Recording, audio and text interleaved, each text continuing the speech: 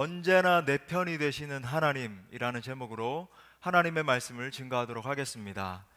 지난 한 달여간 온 국민을 경악해 한 사건이 드러났습니다. 바로 N번방 사건이죠. 여러분 잘 아시는 그런 뉴스가 참, 참 떠들썩하게 우리 사회를 만들었습니다. 인터넷 텔레그램이라고 하는 채팅 앱에서 음란한 영상을 이렇게 공유한 사건입니다. 그런데 더 경악스러운 것은 사람들이 이제 공유한 이 영상이 단순 음란물을 넘어서서 미성년자를 성적으로 착취한 영상이라고 하는 겁니다. 무슨 미성년자를 이렇게 딱 걸려들게 해가지고 그러니까 로봇처럼 막 조종을 하는 거예요. 그래서 성적인 아주 그런 음란한 것들을 찍어서 보내게 만든 다음에 그것을 갖다가 다수에게 공유하게 하는 악한 일을 한 거죠. 또 더 참 참혹했던 것이 이 채팅 앱에 들어가 있었던 이 사람들의 수가 약 26만 명이 넘는다는 거예요. 여러분, 이 26만이라고 하는 숫자가 그냥 뭐 26만도 많은 숫자로 이렇게 인식이 되지만 실제 길거리에 다니는 택시의 대수와 비슷한 숫자라고 합니다. 그 말이 의미하는 게 뭐겠습니까? 우리가 이제 길을 가다가 이렇게 당도하는 수많은 사람들이 실제 그 N번 방 안에 들어가 있었다라고 하는 거예요. 얼마나 교묘했는지 1번 방을 만들면은 또 약간 이렇게 탄로 날 것 같으면 폭파시키고 2번 방을 만들고 3번 방을 만들고 그러다가 그게 N번 방이 된 겁니다. 참 이 사건이 우리에게 더 이렇게 슬프게 다가오는 것은 이것이 지금 이 시대를 걸어가고 있는 우리들의 자상이기 때문입니다. 예.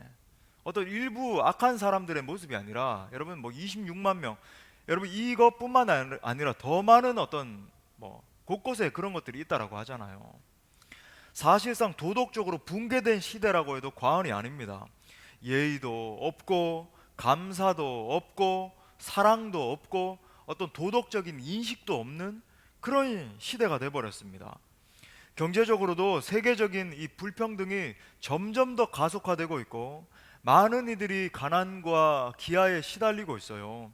우리나라가 조금 뭐 잘 살게 되어서 뭐 먹는 불편함은 없다 이렇게 생각할지언정 여러분 세계의 곳곳에 다녀보면 수많은 사람들이 굶주리고 있고 수많은 사람들이 이 불평등 가운데 시달리고 있습니다.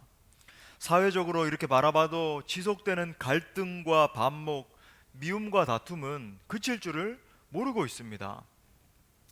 교회들을 봐도 이 교회들이 점점 더 세속화되어 가면서 복음의 본질을 잃어가고 있는 모습을 보는 거예요. 이에 따라 성도들도 정말 성령 충만하게 복음의 능력을 담대히 선포하는 삶을 살아가고 능력 있게 사역을 감당하는 삶을 살아가지 못하고 현실을 살아내는 것도 버거운 그런 상태에서 겨우겨우 그냥 하나씩 하나씩 넘어가는 뭐 그런 상태로 살아가고 있는 것을 보게 됩니다. 성경적으로 보자면 주님이 오시기 직전, 즉 이 말세가 되어서 사람들이 고통하는 때가 되었습니다. 물에 빠지면 지푸라기라도 붙잡는다라고 하는 속담이 있죠. 바로 이런 고통의 때에 정말 누군가가 전적으로 내 편이 되어준다면 여러분 우리가 살아갈 수 있는 힘을 얻을 수 있지 않겠습니까? 그러나 당연히 내 편이 되어줄 것으로 생각했던 이 사람들이 등을 돌리는 경우가 허다한 거예요. 그럴 때면 참 인생이라고 하는 것이 혼자뿐이구나 라는 생각이 들면서 막막하고 답답해지는 것입니다. 일전에 이런 이야기를 들은 적이 있어요. 어느 부부가 있었습니다. 하루는 부인이 남편에게 이 뜬금없는 질문을 하게 된 겁니다. 여보, 나, 어머니, 그리고 아들 셋이 물에 빠지면 누구부터 건져줄 거예요? 참 형제들 입장에서는 진짜 난감한 질문이죠. 그러니까 아빠가 좋니 엄마가 좋니 이거보다 더 심합니다. 그러니까 남편은 한참 난감한 표정으로 고민하다가 이렇게 대답을 했어요. 그야 어머니부터 건져드려야지. 그러면 이제 우리 자매님들은 막 마음속으로부터 이제 막 끓어오르죠 이제. 그러니까 부인은 불만스러웠지만 반발할 처지가 아니라 다시 물었습니다. 그 다음은요? 그러니까 남편은 한참 또 생각하더니 이 생각하는 것조차 이제 마음이 또 들지 않아요. 한참 생각을 하더니 할 수 없이 대답을 했습니다. 아들을 건져줘야지 뭐 이렇게 청천벽력 같은. 그랬더니 이제 부인이 속이 상해가지고 자기가 그런 존재밖에 안 되냐는 둥, 우리의 결혼 생활은 뭐했냐는 둥, 지금까지 내가 해먹인 밥은 어디 갔냐는 둥, 막 오만 소리를 다 하기 시작했어요. 그 후에 이 부인은 스스로 점점 더 고민에 빠져들기 시작해서 나중에는 우울증까지 걸리게 됐습니다. 혼자 괴로워하다가 정신과 의사를 찾아가서 자초지종을 설명했어요. 막 답답한 설명을 이렇게 이야기한 겁니다. 그러니까 의사 역시 이제 난감한 표정으로 한참을 고민하다가 이렇게 대답을 했습니다. 부인, 좋은 생각이 있습니다. 그러면 차라리 수영을 배우시죠. 지금 무슨 말인지 이해 못한 분이 3분 계시는 걸 제가 보는데, 여러분 누구나 자기 표현이 되어주기를 바라지만은 그게 쉬운 일이 아니라는 것을 이야기해 주는 겁니다. 여러분, 사람은 언제나 우리에게 실망을 안겨줘요. 사람이란 존재가 그래요. 하지만 어떤 경우에도 내게 등 돌리지 않으시고 항상 내 편이 되어주시는 분이 계십니다. 바로 좋으신 우리 하나님이십니다. 우리가 이 사실을 확실하게 믿을 수 있다면, 또 매일의 삶 가운데 이 사실을 날마다 경험하면서 살 수 있다면 우리의 인생은 결코 막막하지 않을 것입니다. 여러분, 성경 곳곳을 보세요. 계속해서 나는 너의 하나님이라, 나는 너의 하나님이라 말씀하시는 것을 우리가 읽을 수 있잖아요. 오늘 본문인 시편 118편은 종교개혁자 마르틴 루터가 참 좋아하던 구절이라고 합니다. 루터가 시편 118편에 대해서 이렇게 말을 했어요. 이것은 내가 사랑하는 나의 시입니다. 얼마나 사랑했는지 나의 시라는 거예요. 진실로 이 시는 여러 차례 나에게 도움을 주었던 시입니다. 이 시는 황제도 군왕들도 지혜자도 모사도 성자들도 나를 도우려 하지 않았을 때 많은 고통으로부터 나를 건져주었던 시입니다. 여러분, 이 시편 18편은요 루터뿐만이 아니라 고통을 당하는 많은 사람들에게 용기와 소망을 주었던 그런 시예요. 자, 오늘 본문을 보면요 그런 인생이 소개가 됩니다. 시편 118편은 보시는 대로 이제 표제가 없어요, 그죠? 대부분의 시편에는 표제가 있잖아요. 근데 여기는 표제가 없어서 사실상 이제 정확한 저자가 누구인지를 잘 모릅니다. 그런데 많은 신학자들이 이 시편이 다윗의 저작이라고 이제 이야기를 해요. 그 이유가 뭐냐면, 우리가 이제 내용을 읽어 보셨겠지만 그 내용 자체가 다윗의 어떤 인생의 역정이나 다윗의 신앙과 너무나 닮아 있기 때문에 그렇습니다. 여러분, 이 시인은 인생의 많은 역경과 풍파를 거치면서 분명히 깨달은 바를 고백합니다. 그 고백이 무엇입니까? 6절 말씀에 보니까 여호와는 내 편이시라. 여호와 하나님이 내 편이시라는 거예요. 여러분, 이 고백이 바로 다윗의 일생을 승리로 이끈 동인이었습니다. 그는 이러한 신앙 고백을 붙들고 용기를 얻었고 담대하게 승리할 수 있었던 거예요. 자, 그래서 오늘은 이 시편 118편을 우리가 함께 묵상하는 가운데 하나님이 주시는, 하나님만이 주실 수 있는 깊은 위로와 사랑을 경험하는 시간 될 수 있기를 바랍니다. 제가 크게 이제 2가지로 나누겠어요. 2가지. 자, 첫 번째는요, 인생 최고의 자산이신 내 편이 되어 주신 하나님입니다. 우리 한번 따라합시다. 내 편이 되어 주시는 하나님. 여러분, 이 다윗의 인생을 들여다보면 수많은 사람들이 돕기도 했지만 이 동시에 수많은 사람들의 견제도 받았던 것이 사실입니다. 그렇죠. 많은 사람들이 사랑하고 따르고 도와주고 그랬지만은 또 많은 사람들의 견제를 받았어요. 시기 질투를 받았습니다. 또 심지어 자신을 돕던 사람이 자기 자신을 핍박하는 사람으로 그렇게 돌변하게 되는 배신도 경험을 했습니다. 여러분, 이것은 이미 왕이 되기 전부터, 이미 일전부터 이제 시작이 되었어요. 어느 날 사무엘이 찾아와서 기름 부음 받음으로 말미암아 차기 이스라엘의 왕으로 예선이 되었습니다. 그런데 그것 때문에 사울 왕의 심한 견제와 핍박을 받게 되는 거예요. 사울은 천천인데 다윗은 만만이다. 정말 다윗을 보라. 다윗이 정말 앞으로 놀라운 일을 행하게 될 것이다. 막 이렇게 이야기를 하기 시작하니까 사울의 마음 가운데 질투의 마음이 들어가고 시기의 마음이 들어가니까 얼마나 견제를 받고 핍박을 받았는지 몰라요.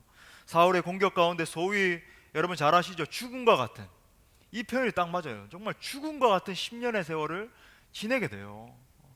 계속적으로 이 살해하려고 하고 핍박을 하는 겁니다. 그러는 가운데 이 수백 명의 용사들이 한 명 한 명씩 이제 다윗에게 몰려와요. 엔게디 광야에서 하나님, 주밖에 나의 도움이 없습니다. 나를 도와주십시오. 막 기도하면서 주님을 바라볼 때에 한 명 한 명의 용사들이 모여들기 시작했습니다. 근데 그 용사들이 이제 처음 모인 목적은 분명히 다윗을 도와주기 위함이었어요. 근데 여러분, 우리가 주목해야 되는 사실이 여기 있는데, 그들이 도움이 되기도 했지만 결정적인 순간에 배신을 합니다. 등을 돌려버려요. 배신해요. 사무엘상 30장에 보면 이 시글락에서 벌어진 사건이 기록되어 있죠.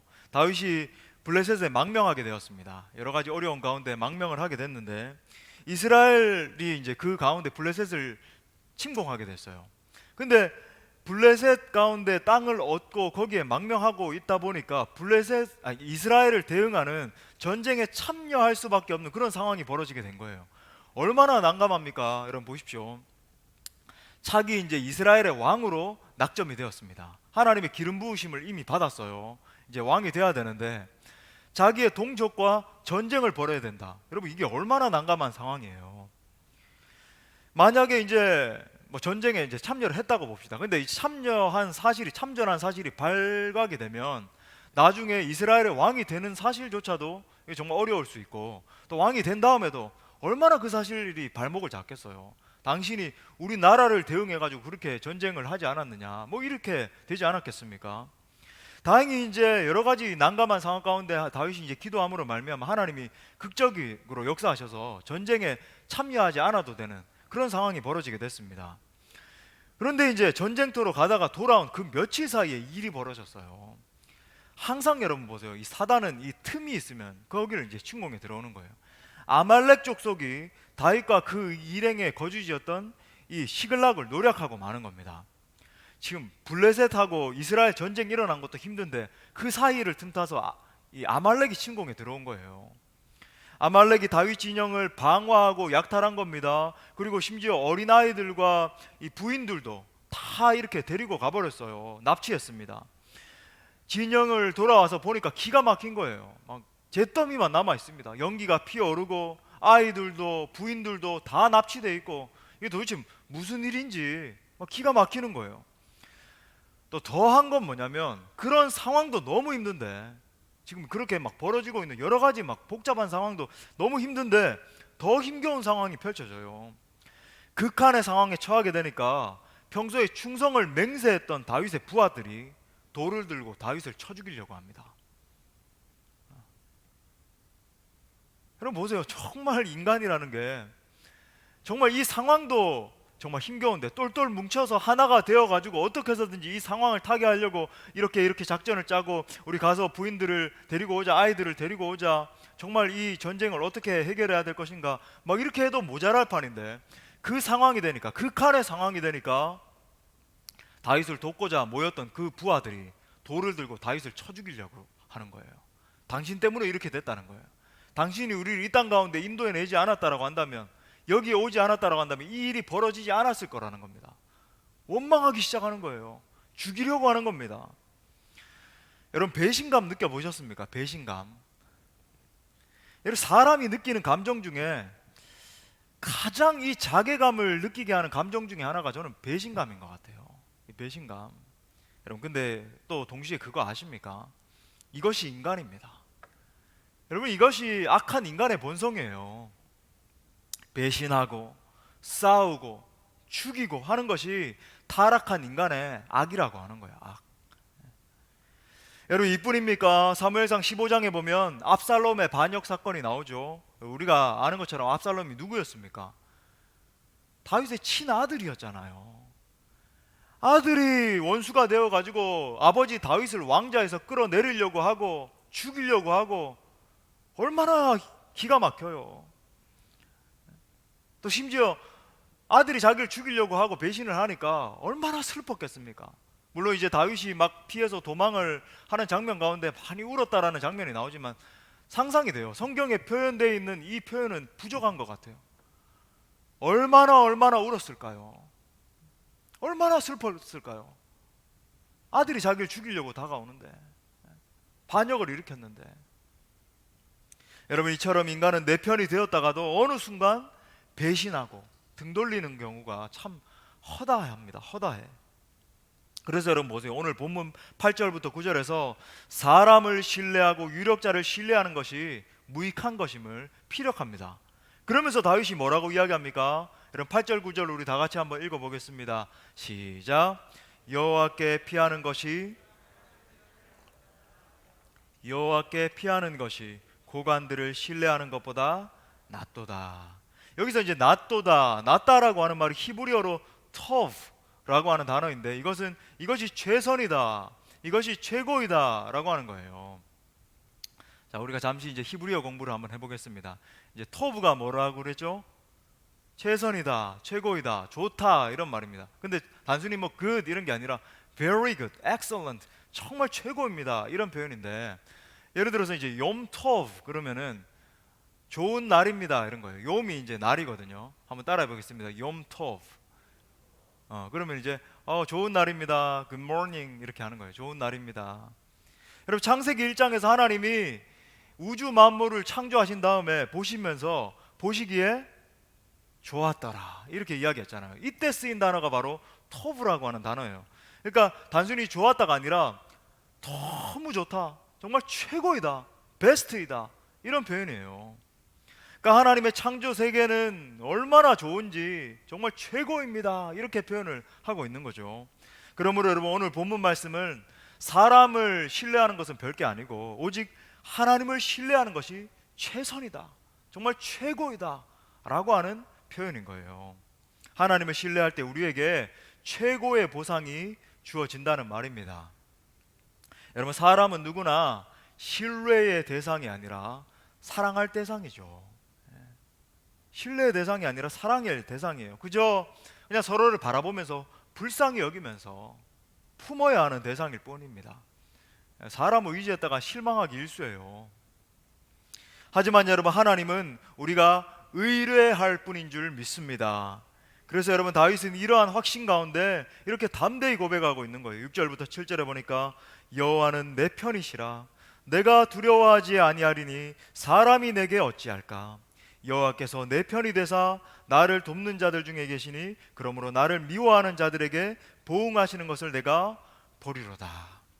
여러분, 지금 6절과 7절에서 두 번이나 여호와께서 내 편이시다, 여호와께서 내 편이시니 이렇게 이야기를 하고 있잖아요. 하나님이 내 편이 되시기 때문에 두려울 게 없다는 거예요. 전능하신 하나님이 나를 지지해 주시기 때문에, 나를 도와주시기 때문에, 천지 만물을 창조하신 그분이 나의 도움이시기 때문에 내가 어떠한 상황 가운데서도 소망을 붙들 수 있다라고 하는 겁니다. 위대하신 하나님이 나를 인도해 내시는 분이기 때문에, 광야의 길을 내시고 사막의 강을 내시는 분이시기 때문에 어떠한 환경 가운데서도 의연할 수 있다는 것입니다. 여러분, 더 놀라운 것은 하나님이 내 편 되셨을 때에 일어나는 일이에요. 자, 7절에 보니까 하나님이 내 편 되신 것에 두 가지 결과가 나옵니다. 그죠? 첫 번째 결과는 뭐냐면 나를 돕는 자들과 함께 하신다. 그러니까 히브리적인 의미로 보면 임재하신다는 말이에요. 나를 돕는 자들에게 임재하신다. 하나님이 나를 도와주는 사람들 가운데 함께 하셔서 그들을 잘 되게 하신다는 말입니다. 그러면 나를 돕는 자들이 잘 되면 어떤 일이 일어날까요? 결국 그들이 잘됨을 통해서 나를 더 잘 도와줄 수 있게끔 그렇게 되는 거예요. 그들이 잘됨으로 말미암아 나를 더 적극적으로 더 잘 도와줄 수 있게 되는 겁니다. 또 두 번째 결과를 보면 나를 미워하는 자들에게 어떻게 된대요? 보응하신다, 벌을 내리신다는 거죠. 여러분, 하나님이 벌을 내리시면 얼마나 끔찍한 일이 일어나는지 아십니까? 여러분, 이 사실을 반드시 기억하세요. 하나님의 사람을 괴롭게 하면 그 인생은요 정말 더 큰 고난으로 무너지게 됩니다. 하나님의 사람을 괴롭게 하면 그 인생은 여러분 더 큰 고난을 만나게 돼요. 예를 들어서 사울처럼 하나님의 이 사람을 그 옆에 딱 이렇게 붙어가지고 사람을 훈련시키고 연단시키는 막대기로 쓰임받는 사람들이 있어요. 보면 하나님의 사람 옆에서 계속 콕콕 찌르면서 힘겹게 하고 어렵게 하고, 그런데 그 과정을 통해서 하나님의 사람은 더 철저하게 연단이 되고 더 철저하게 훈련이 돼요. 근데 안타까운 건 뭐냐면 그렇게 막대기로 쓰임받은 사람은 그렇게 막대기로만 쓰임받다가 나중에 버림받아요. 비참해집니다. 여러분, 이런 두 가지 이유 때문에 지금 다윗은 내가 두려워하지 않는다, 내가 담대하다 이렇게 고백을 하고 있는 거예요. 여러분, 시인의 겉면을 새겨 들으십시오. 시편 146편 3절부터 5절 우리 다 같이 한번 읽겠습니다. 시작. 귀인들을 의지하지 말며 도울 힘이 없는 인생도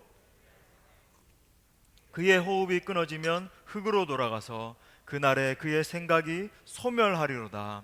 야곱의 하나님을 자기의 도움으로 삼으며 여호와 자기 하나님에게 자기의 소망을 두는 자는 복이 있도다. 아멘, 아멘. 여러분, 다윗 최고의 자산은 오직 하나님이었습니다. 그의 재산도, 그의 왕권도, 그의 주변에서 그를 돕던 자들도 아니었어요. 오직 하나님 한 분이었습니다.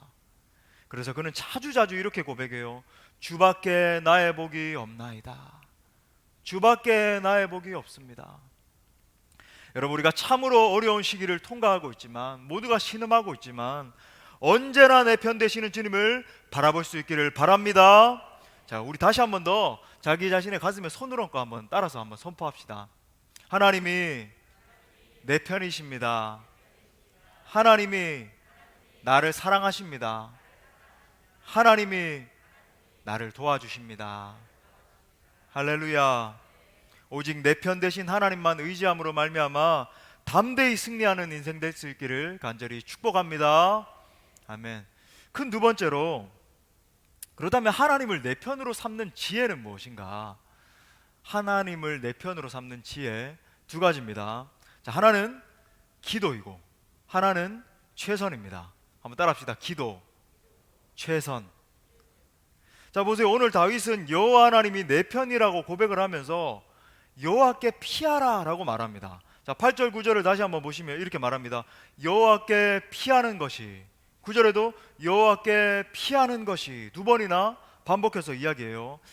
여기서 이제 여호와께 피하라 라고 하는 이 말의 원어적인 의미는 뭐냐면 하나님을 피난처로 삼는다, 하나님을 피난처로 삼으라 라고 하는 말이에요. 다시 말해서 피난처 되신 하나님께 적극적으로 달려가라 라는 말입니다. 하나님을 의지하면서 적극적으로 하나님의 도우심을 받으라, flee하라. 하나님이 피난처 되시는데 그 피난처 되신 하나님께 피하라, 달려가라 라고 하는 말이에요. 기본적으로 여러분, 우리가 믿는 하나님은 내 편이십니다. 여러분 믿으십니까?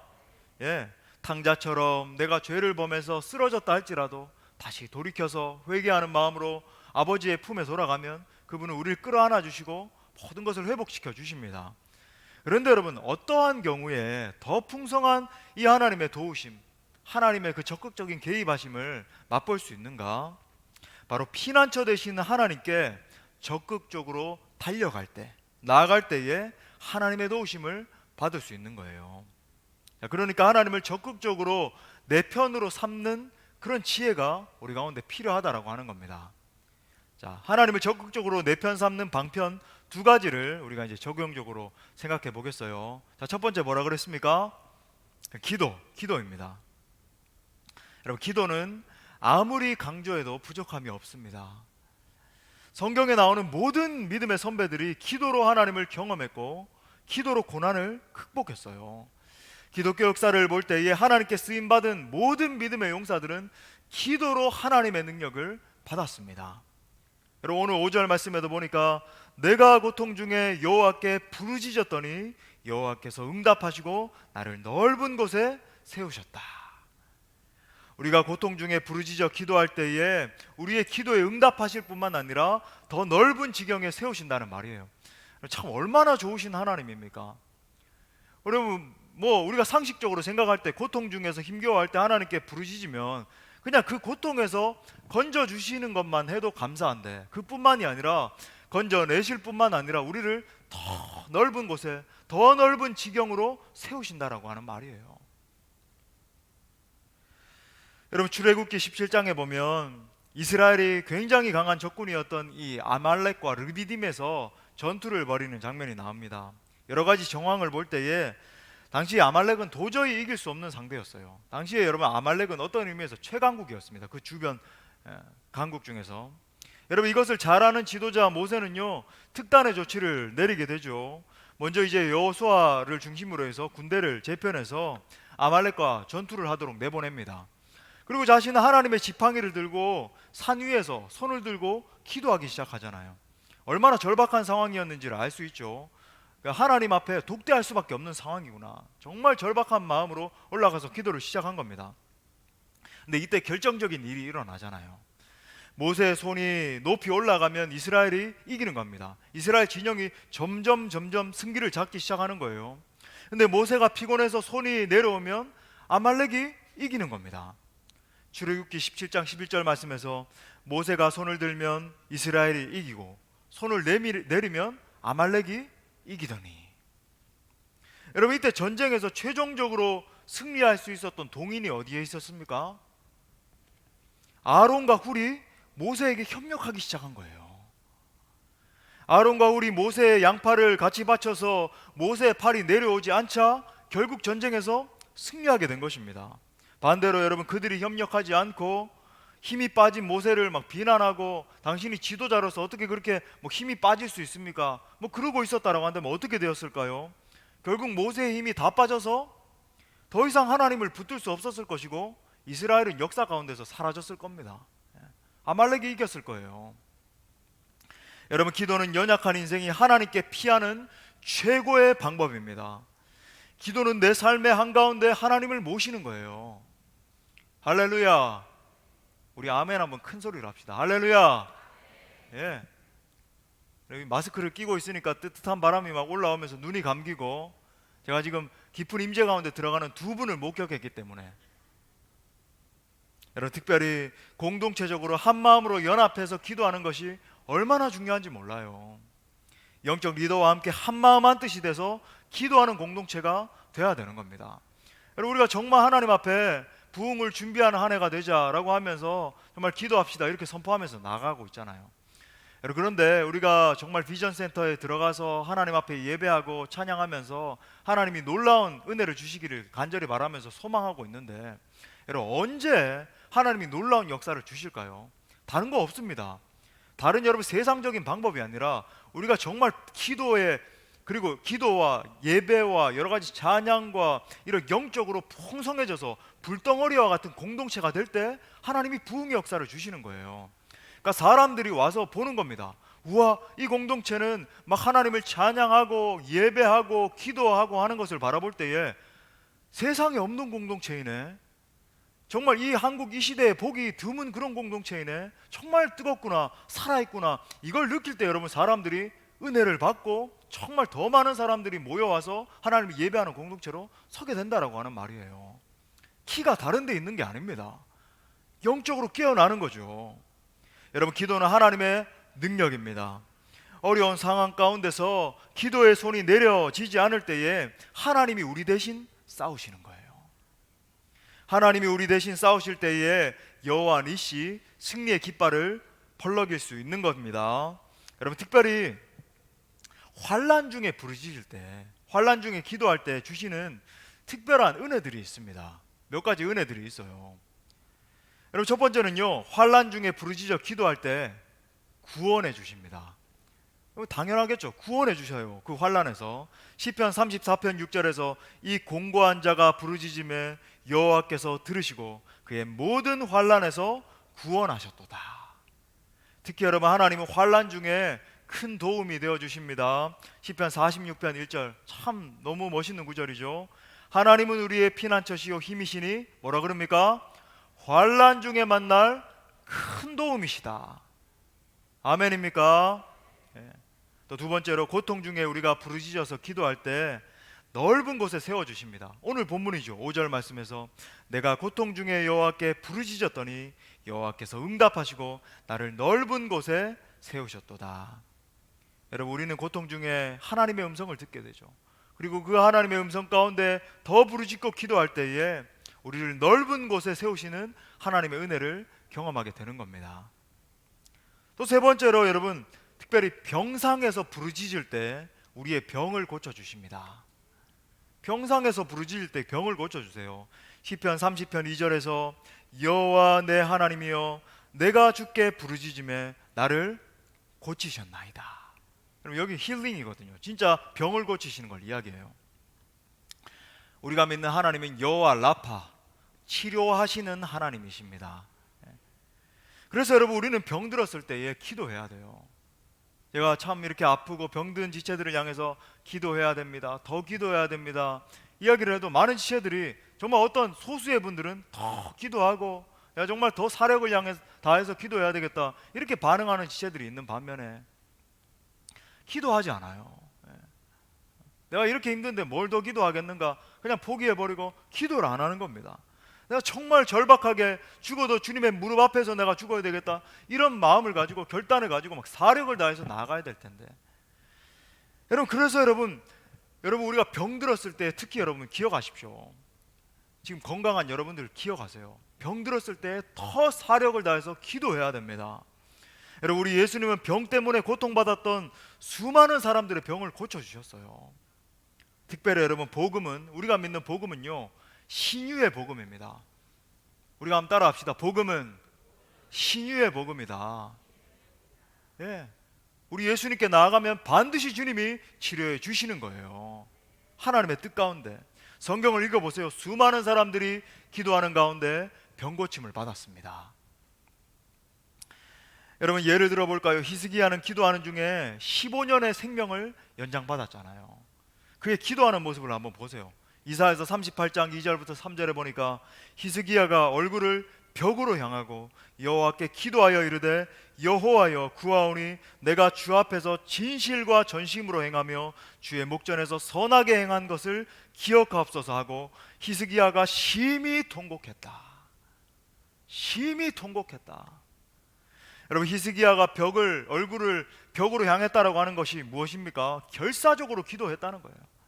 식음을 전폐하고 결사적으로 하나님 내 이 병 고쳐주시지 않으면 내가 떠나갈 수 없습니다. 고쳐주옵소서. 내게 은혜를 베풀어 주옵소서. 여러분 부르짖는 기도는 애절한 기도예요. 간곡한 기도예요. 간절한 기도이죠. 위대한 설교자 찰스 스펄전이 이렇게 말했습니다. 간절함이 없는 기도는 기도가 아니다. 우리 기도에 불이 붙지 않고서는 소멸하는 불이신 하나님과 대화할 수 없다. Consuming fire, 소멸하시는 불이신 그 하나님 앞에 나아가는데 여러분 우리가 어떻게 불과 같이 기도하지 않고 나아갈 수 있겠냐고요. 위대한 기도의 사람 이엠 바운주가 이렇게 말했습니다. 간절함은 기도의 정수에 해당한다.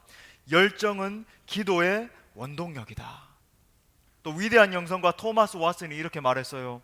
최고의 기도는 마음과 혀를 모두 사용해 열렬하고 간절하게 드리는 기도이다. 불붙은 향에서 향기가 피어오르듯 간절한 기도는 천국으로 올라가서 하늘 보좌에 다다른다. 여러분 우리 공동체가 기도하되 더 간절히 기도해야 돼요. 부르짖어야 돼요. 부르짖어야 돼요. 부르짖는다는 게 아버지 이게 아니라니까요. 제가 왜 자꾸 이렇게 부르짖는 기도를 이렇게 말씀드리냐면 여러분 이걸 훈련해야 돼요. 여러분 물에 빠졌는데 내가 정말 물에 빠졌다라고 하면 우리 가정이 여러분 침몰하기 직전입니다. 내 사업이 부도나기 직전이에요. 만약에 그러면 어떻게 부르짖지 않고 견딜 수 있겠어요? 왜 부르짖지 않습니까? 왜 눈물 흘리면서 기도하지 않아요? 왜 사력을 다해서 기도하지 않습니까? 간절하지 않는 거예요. 절박하지 않은 겁니다. 주여 은혜를 베풀어 주옵소서. 주여 이 정도만 해도 그냥 뭐 적당하게 살아갈 수 있으니까. 여러분 내가 정말 절박하다라고 한다면 아버지 살려달라고 주님 히스기야처럼 애절한 마음으로 통곡하며 여러분 기도하지 않겠냐고요. 여러분 이 시대를 보십시오. 이 타락해가고 있는 이 시대를 보라고요. 하나님을 경외하고 있는 다음 세대가 점점 없어져 가고 있는 이 시대를 보십시오. 여러분 어찌 우리가 부르짖으면서 기도하지 않을 수 있겠습니까? 하나님은 지금도 부르짖는 자를 찾으십니다. 정말 하나님 앞에 절박함으로 반응하는 그 한 사람을 찾으세요. 부르짖는 공동체 될 수 있기를 바랍니다. 여러분 또한 큰 문제를 만나서 부르짖어 기도할 때에 그 문제를 가져가십니다. 문제를 해결하세요. 출애굽기 15장에 보면 마라의 쓴물 앞에서 이스라엘 백성들이 원망하기 시작해요. 하나님을 원망하고 지도자 모세를 원망합니다. 하지만 여러분 모세는 하나님께 부르짖었죠. 출애굽기 15장 25절 상반절에 모세가 여호와께 부르짖었더니 여호와께서 그에게 한 나무를 가리키시니 그가 물에 던지니 물이 달게 되었다. 여러분 보세요. 분명히 모세가 부르짖어서 기도하기 전에도 나무는 그 자리에 있었습니다. 맞잖아요. 그 나무는 그 자리에 있었어요, 원래부터. 근데 여러분, 그가 기도하기 시작했을 때 하나님이 그 나무를 발견하게 하신 거예요. 여러분, 기도하면 문제 해결책을 발견하게 됩니다.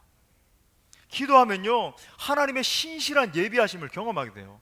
내가 생각지도 못했던 사람을 막 만나게 되고, 생각지도 못했던 아이디어를 얻게 되고, 기도하면 내가 생각지도 못했던 하나님의 해결하심을 만나게 된다라고 하는 거예요. 믿으십니까? 여러분, 위기의 때는 무엇보다도 기도해야 됩니다. 아이고 답답하다, 뭐 공원이나 좀 나가보자, 오늘은 뭐 영화나 한 편 더 보자, 오늘은 뭐 좀 더 해보자, 그럴 때가 아니라 온 가족이 모여서 잠시 좀 불을 좀 끄고 유튜브 뭐 하나 찬양, 그런 어떤 뭐라 그래, 뭐 피아노 연주 이런 것들 은혜로운 거 하나 이렇게 탁 틀어놓고 우리 한 시간이라도 무릎 꿇고 기도하자. 온 가족이 모여서 기도하고, 혼자도 기도하고, 새벽에도 일어나서 기도하고, 저녁에도 기도하고. 여러분, 기도를 통해 하나님의 큰 도움과 능력을 맛볼 수 있기를 바랍니다. 두 번째는요, 최선이에요. 최선. 우리는 종종 하나님이 내 편이시라고 이야기를 하면서 막연히 그냥 그분의 도우심을 바랄 때가 많아요. 자기가 할 도리는 하나도 하지 않고 그냥 뭐 무조건적으로 하나님이 일하시겠지. 여러분, 이건 불신앙에 가깝습니다. 물론 우리의 인생을 걸어가다 보면 너무 큰 어려움을 닥쳐서 아무것도 할 수 없는 것 같은 그럴 때가 있어요. 그럴 때는 하나님이 적극적으로 개입하시길 구해야죠. 하지만 여러분, 우리가 할 일이 남아있고 또 해야 됨에도 불구하고 안일하게 하나님의 도우심만 바라고 있다면 그것은 여러분 큰 잘못입니다. 예를 들어서 마가복음 2장에 보면 한 중풍병자가 치유받는 사건이 나오잖아요. 근데 이 중풍병자가 친구들에게 처음에 부탁했지 않습니까? 내가 몸이 이렇게 불편하니까 도저히 예수님 앞에 갈 수가 없는데 나를 좀 도와달라. 그래서 이 친구들이 정말 그저 이 들것에 이 친구를 메고 이렇게 달려왔어요. 그런데 달려와 보니까 너무 많은 군중이, 인파가 이렇게 몰려 있는 거예요. 예수님 주변에. 도저히 갈 수 없는데 땀을 뻘뻘 흘리면서 그 팔레스타인의 땡볕을 막 뚫고 한 걸음 한 걸음 진입을 했습니다. 막 수백 미터를 그렇게 막 겨우겨우 가서 막 한두 시간이 걸렸을 수도 있죠. 여러분, 미안합니다. 좀 길을 비켜주세요. 제가 병이 나아야 되겠는데, 내 친구가 이렇게 병이 들었는데 도와주세요. 막 갔어요. 집 앞에 갔는데도 그 집 안에 너무 많은 사람들이 운집해 있어서 도저히 들어갈 수가 없는 거예요. 진입이 안 되는 겁니다. 그래가지고 이들이 어떻게 했죠? 사다리를 대고 올라가기 시작한 거예요. 여러분, 생각을 해보세요. 그 한 성인 장정이 아파가지고 있는데 4명이서 그 들것을 들고 사다리를 가지고 올라갈 때 얼마나 힘겨웠겠습니까? 또 올라가고도 지붕이 있으니까 그 지붕을 기와를 하나씩 뜯어내기 시작한 거예요. 그래서 그 뜯어낸 그 구멍 틈 사이로 이 사람을 내려서 예수님 앞에 치유받게 된 겁니다. 힘든 과정을 거친 거죠. 근데 여러분, 그것이 그때 예수님이 이 모습을 믿음으로 받으시고 치료해 주셨어요. 여러분, 그들이 보여준 믿음이 무엇입니까? 고쳐주실 주님을 바라보면서 끝까지 포기하지 않고 최선을 다한 거예요.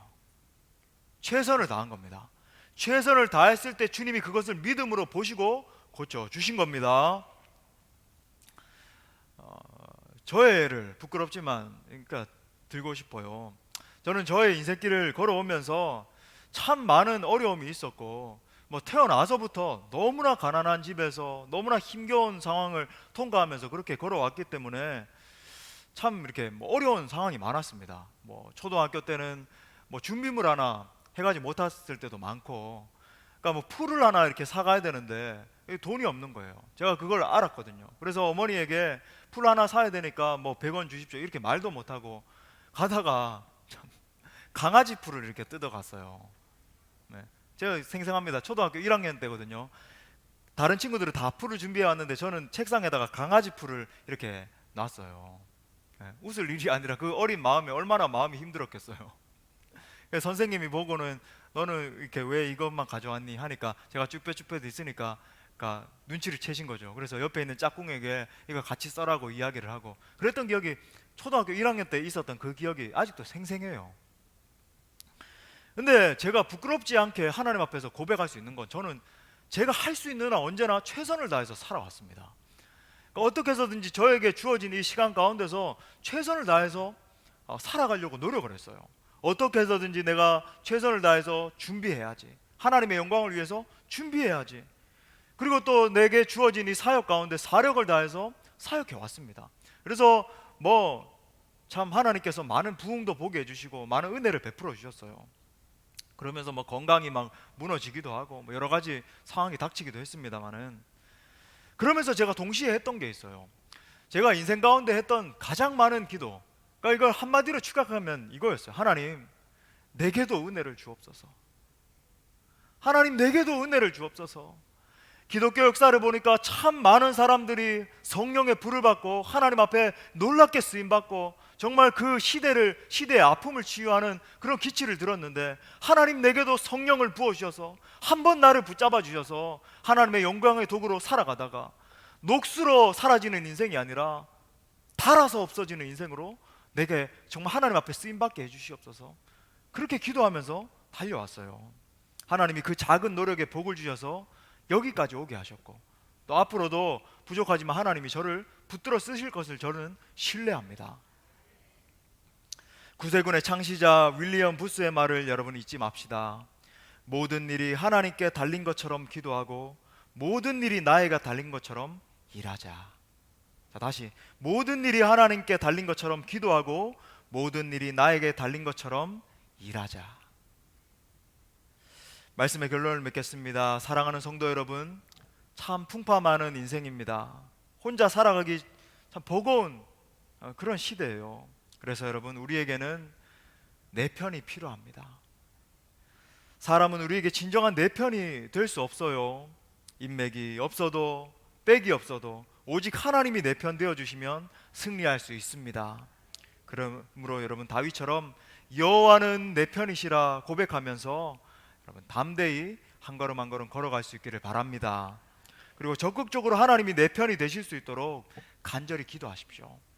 간절히 기도하시되 정말 절박한 마음으로 주님의 영광을 위해서 달려가는 그런 기도자들 될 수 있기를 바랍니다. 아울러 우리에게 주어진 삶의 자리에서 최선을 다합시다. 여러분, 우리가 부족해도 좀 못나도 그죠? 최선은 다할 수 있잖아요. 최선을 다합시다. 아무쪼록 이 어려운 때에 언제나 내 편이 되어주시고 나를 도와주시는 그 하나님 붙들고 우리 모두가 승리할 수 있는 사랑하는 우리 모든 지체들 될 수 있기를 간절히 축복합니다. 아멘. 우리 말씀을 주신 하나님께 영광의 박수.